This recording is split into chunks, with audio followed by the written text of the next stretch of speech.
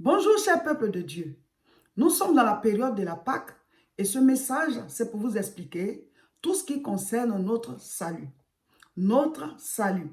Alors, le thème du message est le premier et le dernier Adam. Le premier et le dernier Adam. Déjà, le premier Adam, c'est qui? C'est le premier homme que Dieu a créé. La Bible dit que Dieu a créé les cieux et la terre. Et nous allons lire Genèse chapitre 1 à partir du verset 1. Au commencement, Dieu créa les cieux et la terre. Donc, on est d'accord là-dessus. Au commencement, c'est Dieu qui a créé toutes choses. Il a créé les cieux et il a créé la terre. Il a créé tout ce qui est sur la terre là. La Bible dit, Dieu a dit que la lumière soit et la lumière fut. Il a créé les luminaires, il a créé les plantes, les animaux et tout. Et à un certain moment, Genèse chapitre 1 au verset 26, puis Dieu dit, faisons l'homme à notre image, selon notre ressemblance, et qu'il domine sur les poissons de la mer, sur les oiseaux du ciel, sur le bétail et sur toute la terre et sur tous les reptiles qui rampent sur la terre. Donc, après avoir créé tout ça, Dieu a voulu créer l'homme. L'homme à son image et à sa ressemblance. Ça dit quoi? Dieu, il y a Dieu le Père, Dieu le Fils, Dieu le Saint-Esprit. C'est la même personne qui se manifeste sous trois formes différentes. Mais la même personne, voilà, est Dieu le Père, et la même personne est Dieu le Fils, et la même personne est Dieu le Saint-Esprit. De la même manière, il a voulu créer un être aussi, trois en un. Voilà. Donc, nous sommes corps, âme et esprit. Les animaux ne sont pas comme nous. Nous sommes l'image et la ressemblance de Dieu. Et donc, nous sommes dotés du choix. Ça dit quoi? On a le pouvoir de choisir. On peut dire oui à telle chose comme on peut dire non. L'animal, il a son instinct en lui. C'est-à-dire que tout ce qu'il doit faire, c'est déjà en lui. Il n'a pas de choix. Tout ce que l'animal doit faire pour vivre, c'est déjà en lui. À quel moment il faut manger, à quel moment il faut dormir, à quel moment il faut s'accoupler, tout est déjà en lui. Mais nous, on peut choisir. La preuve en est que nous sommes nés nus. Et c'est nous qui choisissons ce qu'on met sur nous. C'est-à-dire, c'est toi qui choisis tes vêtements. Mais l'animal, il naît déjà avec son pelage, ou alors avec ses écailles, ou alors avec ses plumes. En tout cas, c'est pas choisi, c'est déjà là. Donc, nous sommes l'image et la ressemblance de Dieu. Et quand Dieu a créé l'homme, il a sorti une côte de ce premier Adam-là et il a fait une femme. Et la Bible dit, Dieu les a bénis. Genèse 1, 28. Dieu les bénit, Dieu leur dit, soyez féconds, multipliez, remplissez la terre et l'assujettissez et dominez sur les poissons de la mer. Il a encore répété. Donc Dieu a créé un homme et c'est cet homme qu'on appelle Adam. Et de lui, il a pris une corde pour faire une femme parce qu'il a dit qu'il n'était pas bien qu'il soit seul. Et cette femme, on l'a appelée Ève. Donc Adam et Ève, Dieu les a bénis et ils se sont multipliés. Et aujourd'hui, nous sommes sur toute la face de la terre. Donc, Dieu a donné la terre aux hommes. Dieu a donné la domination de la terre aux hommes. Mais tout pouvoir a une limite. Tout pouvoir a une limite. L'homme devait dominer la terre, mais pas lui-même Dieu.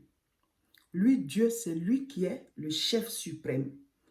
Il est au ciel, mais il a pouvoir sur l'homme à qui il a donné pouvoir sur la terre.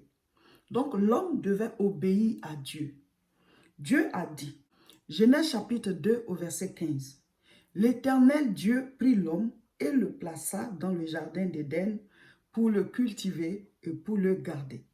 Verset 16, l'Éternel Dieu donna cet ordre à l'homme, tu pourras manger de tous les arbres du jardin. Verset 17, mais tu ne mangeras pas de l'arbre de la connaissance du bien et du mal, car le jour où tu en mangeras, tu mourras. Amen. Donc, le Seigneur a donné ces directives à l'homme pour dire, voici ton pouvoir, mais voici aussi la limite de ton pouvoir. Pourquoi il n'a pas dit ceci aux animaux? Il n'a pas dit ceci peut-être au lion, ou bien à l'éléphant, ou bien à, voilà, au chat, ou bien à la poule, je ne sais pas. Mais il a dit qu'à l'homme, parce que l'homme est doté du pouvoir de choisir. L'homme a le libre arbitre. Il peut dire oui, il peut dire non. Nous sommes comme lui. Si on ne pouvait pas choisir, on serait comme les animaux aussi. Donc, on a le pouvoir de choisir comme Dieu lui-même. C'est pour ça que le fruit interdit était là.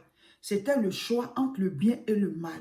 Pour dire que tu es le chef, mais voici la fin de ton pouvoir. Si tu passes par là, tu vas te retrouver de l'autre côté. Donc, ceux qui ont l'habitude de demander pourquoi l'arbre de la connaissance du bien et du mal était-il dans le jardin d'Éden? Pourquoi est-ce que le fruit interdit était-il dans le jardin d'Éden? Ben, c'est le symbole de notre libre arbitre. C'est le symbole du fait que l'homme est libre et que l'homme est comme Dieu. Dieu n'a pas dit aux animaux de ne pas manger ça parce qu'il sait qu'eux, ils ne vont pas manger. Mais nous, on a le choix. Nous, on a le choix, on a la liberté comme lui, Dieu. Dieu avait déjà créé toutes sortes de créatures. Voilà, il voulait des êtres comme lui.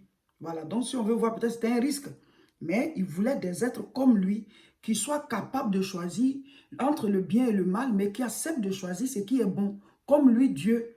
Dieu a le choix, personne ne l'oblige. Donc, ce sont des êtres comme ça qu'il voulait. Donc, nous sommes l'image de Dieu. On a été créé tel que lui, il est. Donc, l'arbre de la connaissance du bien et du mal, symbole de notre liberté, symbole de notre libre arbitre, le fait de pouvoir choisir entre le bien et le mal. Il suffisait seulement qu'on accepte de vivre selon les lois du Seigneur. Il dit, ne mange pas ça, mange ça, et on allait vivre.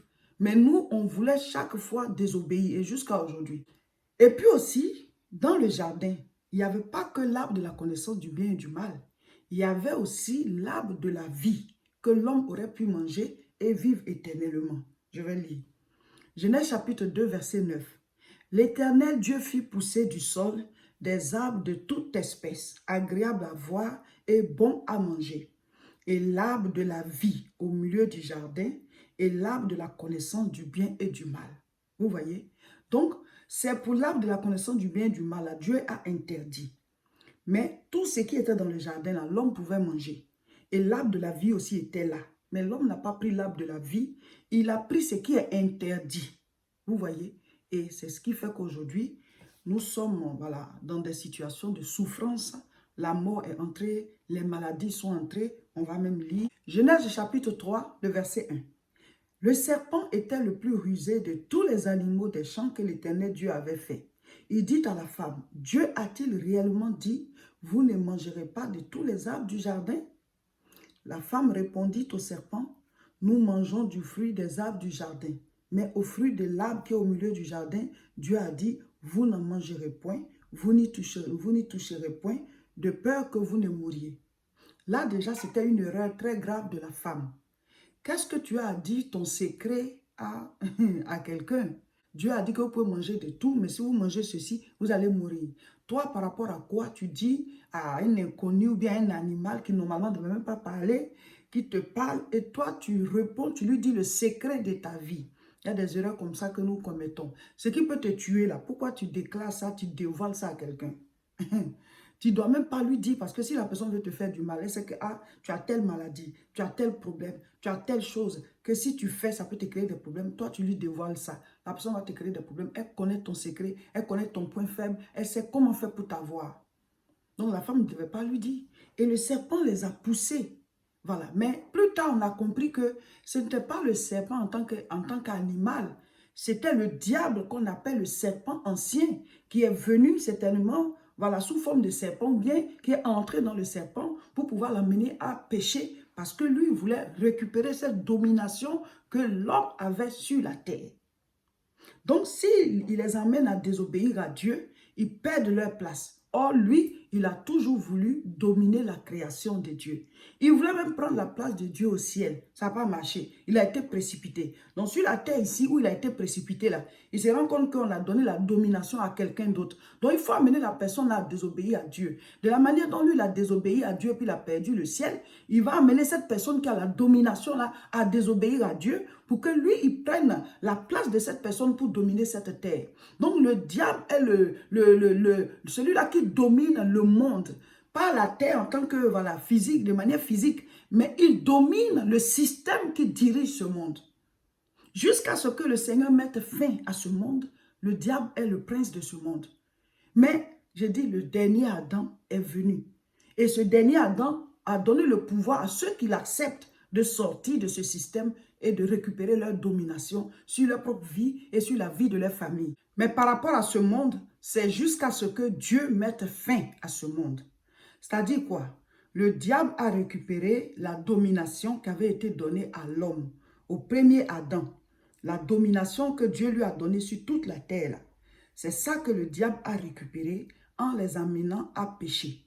Donc, cette domination-là, le diable a cela, il maintient cela jusqu'à ce que Dieu mette fin à ce monde. C'est-à-dire quoi? C'est comme si on avait donné un contrat de bail à quelqu'un qui loue une maison. Il y a une date où le contrat de bail prend fin. Tant que ça n'a pas pris fin, cette personne a toujours le pouvoir de rester dans la maison. C'est pareil. Dieu a donné la domination de la terre à l'homme. Et lui, Dieu, c'est au moment où il va décider de mettre fin à ce monde que l'homme allait perdre cette domination-là.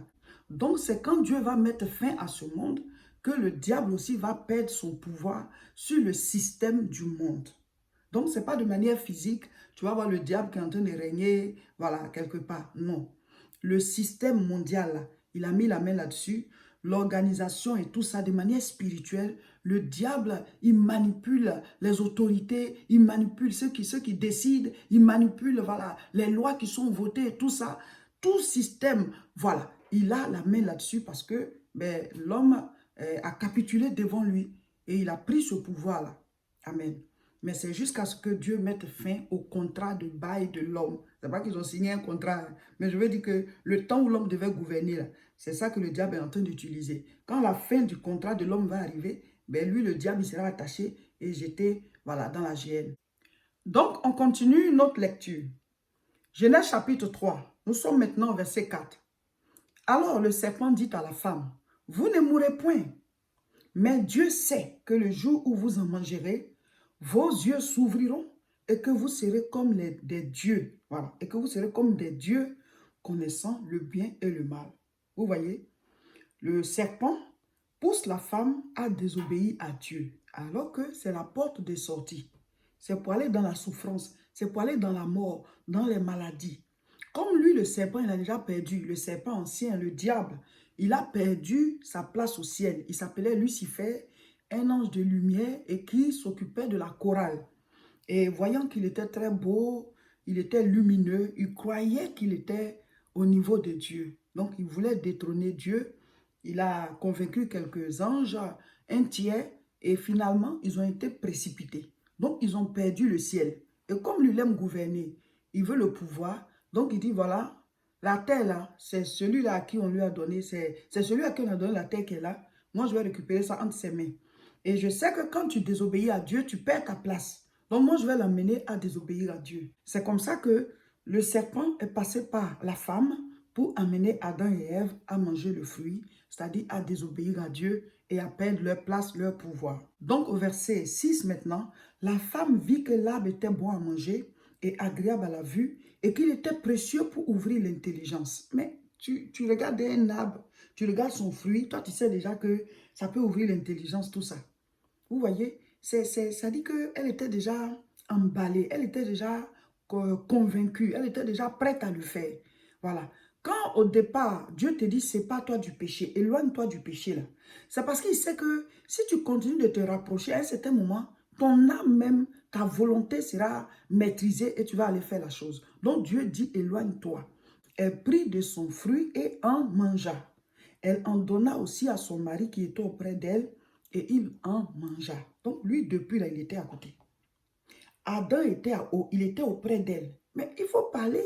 Tu es le chef de famille. Quelque chose est en train de se passer. C'est à toi que Dieu a donné la force, le pouvoir sur le jardin. Et il a enlevé ta corde pour faire une femme. Et donc, tu es le chef de cette femme.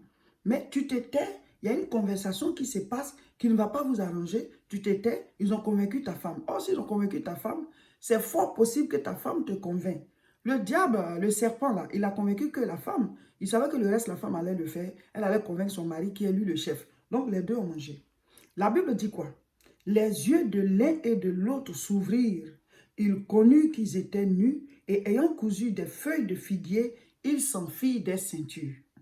Mais la Bible avait dit que le Seigneur a dit que s'ils mangent, ils vont mourir. Mais ici, là, ils ne sont pas morts. On dit que leurs yeux se sont ouverts. Leurs yeux se sont ouverts. C'est ça que la Bible appelle la mort. C'est ça que Dieu a appelé la mort. Je vous explique. Genèse chapitre 2. verset 7. L'Éternel Dieu forma l'homme de la poussière de la terre. Donc, l'homme, son corps là, ça a été fait de la poussière, donc le corps. Il souffla dans ses narines un souffle de vie. Ça, c'est l'esprit. L'esprit est venu de Dieu. Et l'homme devint une âme vivante. Donc, le corps, poussière, l'esprit qui est le souffle et l'âme. L'âme, c'est la personne même qui devait vivre là. L'être qu'il a créé là, qui devait habiter le corps et vivre dans le corps. C'est l'âme. Et l'esprit, c'est le principe de vie qui est venu de Dieu, par le souffle. Donc, ce souffle a permis à l'âme d'être vivante et d'être dans ce corps. Donc, la Bible dit que nous sommes faits à l'image et à la ressemblance de Dieu. Dieu est Dieu le Père, Dieu le Fils, Dieu le Saint-Esprit. Nous sommes, il a fait le corps, il y a l'âme et il y a l'esprit. Donc, nous sommes trois en un comme Dieu. Quand Adam et Ève ont mangé le fruit, la Bible dit que Dieu avait dit qu'ils allaient mourir. Mais qu'est-ce qui s'est passé? On dit que leurs yeux se sont ouverts. Ils ont vu qu'ils étaient nus. Donc, l'esprit de Dieu qu'ils avaient là, les avait revêtus. Donc, ils ne voyaient même pas qu'ils étaient nus. C'était des êtres spirituels. C'est ce qui faisait que Dieu venait de temps en temps dans le jardin. Ils avaient l'occasion de communiquer avec lui et tout ça parce qu'ils étaient des êtres spirituels, enveloppés de l'esprit de Dieu, enveloppés de la gloire de Dieu. Mais dans tout ça, ils avaient toujours le pouvoir de choisir parce qu'ils sont des êtres à part entière créés par Dieu. Mais ils étaient enveloppés de la présence de l'esprit, du Saint-Esprit en fait. Donc, quand ils ont mangé le fruit, quand ils ont péché, ils ont perdu le Saint-Esprit. C'est pour ça que les yeux se sont ouverts sur leur nudité.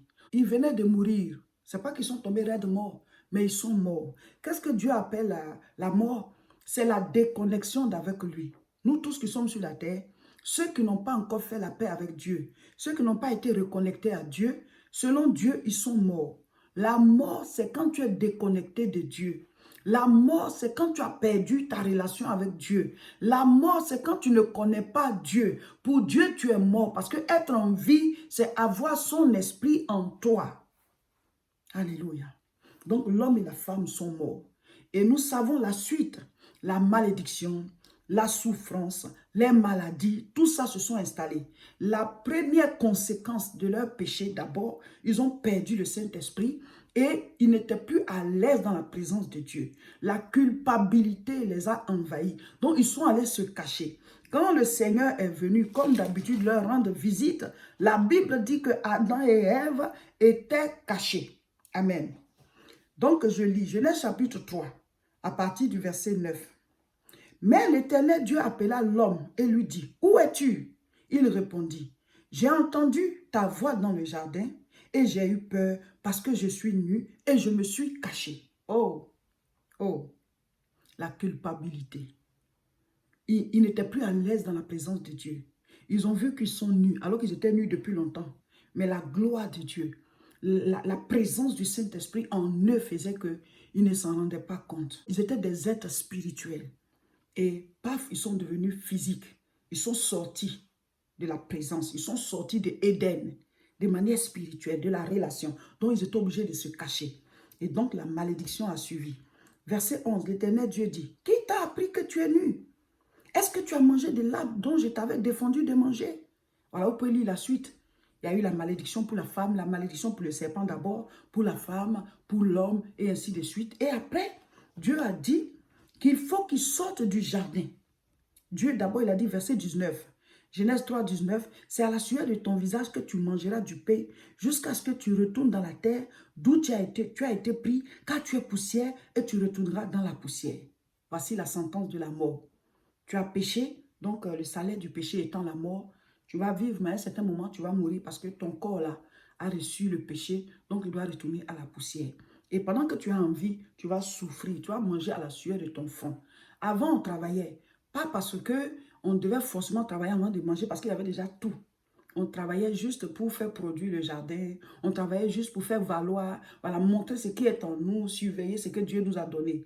Mais on mangeait pas, on ne travaillait pas pour manger. Mais maintenant, ça changeait. Le travail était fait pour manger. Tu dois survivre maintenant. Tu dois te battre maintenant. Et la mort, les maladies et tout le reste ont fait leur entrée. Amen. Genèse 3 à partir du verset 22. L'Éternel Dieu dit, « Voici l'homme est devenu comme l'un de nous pour la connaissance du bien et du mal. Empêchons-le maintenant d'avancer sa main, de prendre de l'arbre de vie, d'en manger et de vivre éternellement. Vous voyez? Maintenant, verset 23. Et l'Éternel Dieu le chassa du jardin pour qu'il cultivât la terre d'où il avait été pris. Verset 24. C'est ainsi qu'il chassa Adam et il mit à l'orient du jardin d'Éden les chérubins qui agitent une épée flamboyante pour garder le chemin de l'arbre de vie. C'est cet arbre de vie-là que Jésus-Christ a dit dans l'Apocalypse. À celui qui vaincra, je donnerai à manger de l'arbre de vie. Ici, Adam et Ève étaient devenus maintenant des êtres qui connaissent le bien et le mal. C'est-à-dire qu'eux-mêmes, ils allaient commencer à devenir maintenant méchants, mauvais. On a vu la suite. Leur fils Caïn qui a tué son propre frère Abel et tout ça. Donc Dieu dit maintenant, là, ils risquent d'être à fond dans le mal. Si on ne les empêche pas de prendre l'arbre de la vie, s'ils mangent ça, ils vont vivre éternellement pendant qu'ils sont devenus mauvais et méchants.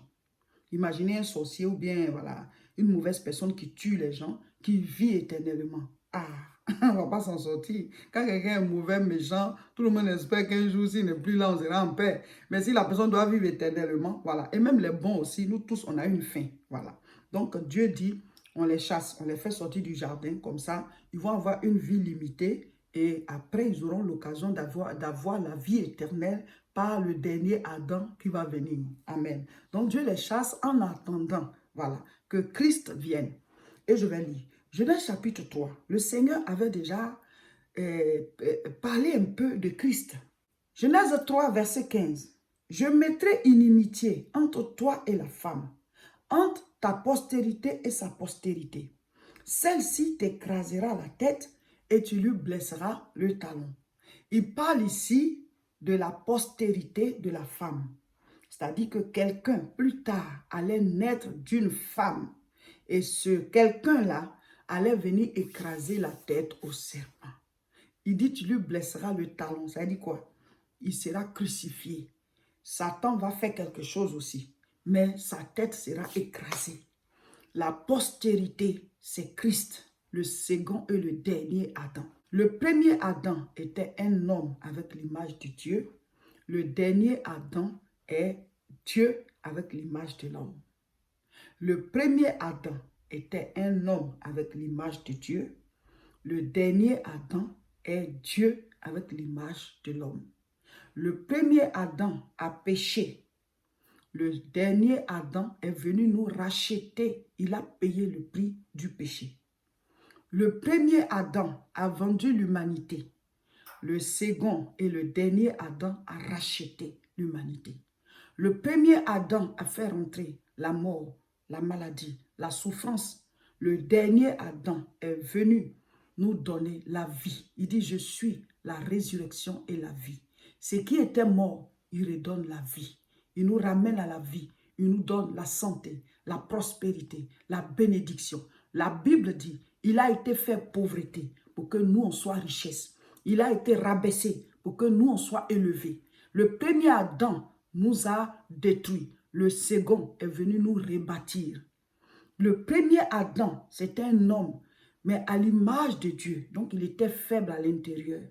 Le second et le dernier Adam, c'était Dieu avec l'image de l'homme. Donc, ils ont tué le côté homme, mais à l'intérieur, il était fort.